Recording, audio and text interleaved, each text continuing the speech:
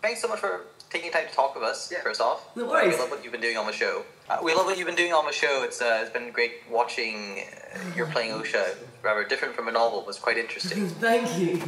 Okay. And speaking of that, you're quite different from Osha in the novel, as she's described. You know, you're quite a deal younger, and she's all sinewy and sort of liver-skinned. Yeah. Going into the audition, did you ever feel any concern about that particular aspect, that difference between you and the character? No, because I hadn't read the books, and that's usually the best, to not really know what you're doing, because then you just go with it.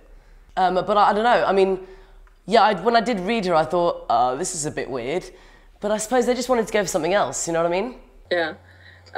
Our understanding is that you have been reading since then. Yeah, all of them. Amazing. Yeah. So, from the first book, do you have a favorite moment from the books as opposed to what's in the show? Oh, God, I can't remember now because I read them in Brazil about 6 months ago. And obviously, like, the last one I read was the last one. So the first one, I think they've been pretty true to it, you know? Because when I was reading it, I didn't get angry. I think that can sometimes happen, you know, when you really start to love something and you're like, oh, why didn't they put that in? I was surprised by the fact that the king's brother is gay, which he wasn't in the book, but I think that adds a good element to it. Why not? What else? I really just want the next book to come out. Do you know when it's coming out? July 12th. Yes! I want it. Hopefully I'll get it sent for free.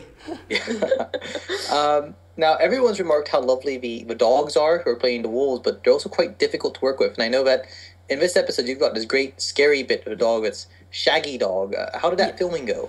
That took so long because the dog literally just didn't understand. Like, it had to growl and I mean, I'm there being scared by it and it's meant to growl at me and it just kept licking my face, like repeatedly licking my face. And then there was the scene that I did in the series when I'm by the weirwood tree. That originally was meant to have the Shaggy Dog there, and whenever I got near the boy, it would growl at me, and the same thing happened. It got to the point where they had to take out the dog because it kept licking my face. I don't know.